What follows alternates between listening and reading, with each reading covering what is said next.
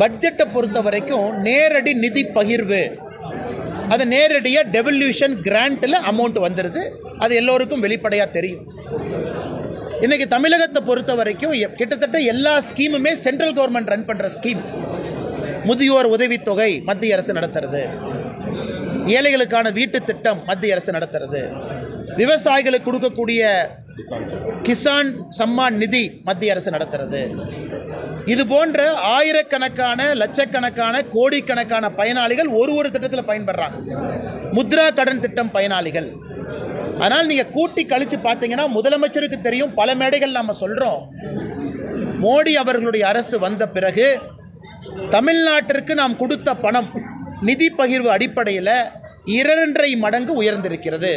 சில இடத்துல 3.5 மடங்கு. ரயில்வே ப்ராஜெக்ட் அதிகம்.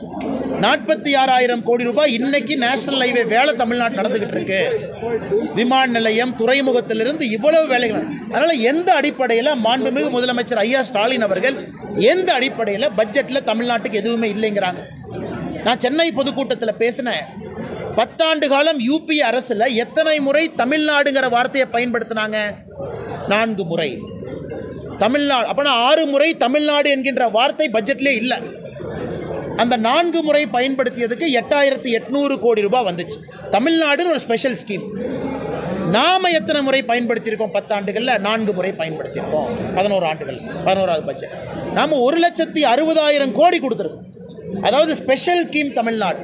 எல்லா மாநிலத்திற்கும் எல்லா வருடமும் ஸ்பெஷல் ஸ்கீம் வராது.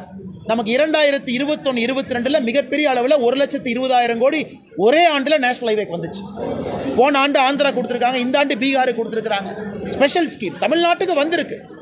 எப்படி குடியரசு தின அணிவகுப்பில் எல்லா மாநில ஊர்திகளும் எல்லா ஆண்டும் கலந்து கொள்ள முடியாதோ அது மாதிரி ஸ்பெஷல் ஸ்கீம் போகுது. அதை வச்சு முதலமைச்சரையும் அரசியல் பண்ணணும். முதலமைச்சர் வெள்ளை அறிக்கை வெளியிட தயாரா? நான் கேட்குற ஒரே கேள்வி.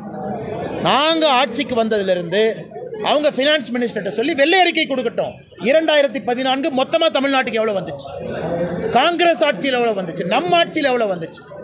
அதன் பிறகு நாங்கள் ஏற்கனவே சொல்லியிருக்கோம், மேடை போட்டு விவாதிப்பதற்கு பாரதிய ஜனதா கட்சி தயார். ஆர்எஸ் பாரதி அவங்க என்ன சொன்னாங்க? மேடை போட்டு விவாதிக்கிறோம் பட்ஜெட்டை பற்றி. நான் சொன்னேன், ஓகே, நீங்கள் மாநில அரசு பட்ஜெட்டை பேசுங்க, நாங்கள் மத்திய அரசு பட்ஜெட்டை பேசுகிறோம், இருவரும் மேடை போட்டு விவாதிப்போம். உங்கள்கிட்ட டேட்டா இருக்குது, நீங்கள் வெள்ளை அறிக்கை கொண்டு வாங்க, நாங்கள் மத்திய அரசு டேட்டாவை கொண்டு வர்றோம். தமிழ்நாட்டு மக்களுக்கு மொத்தமாக தெரியட்டும் யார் தமிழகத்துக்கு எவ்வளவு கொடுத்துருக்காங்க, மோடி ஐயா எவ்வளவு கொடுத்துருக்காங்க, மன்மோகன் சிங் ஐயா எவ்வளவு கொடுத்துருக்காங்க. நான் ஏற்கனவே சொன்னது போல 2.5 மடங்கு, சில செக்டரில் 3.5 மடங்கு அதிகம். அப்படி இருக்கும் பொழுது எந்த அடிப்படையில் முதலமைச்சர் அவர்கள் தொடர்ந்து இதே போல் பேசுகின்றார்கள் என்று எனக்கு புரியவில்லை.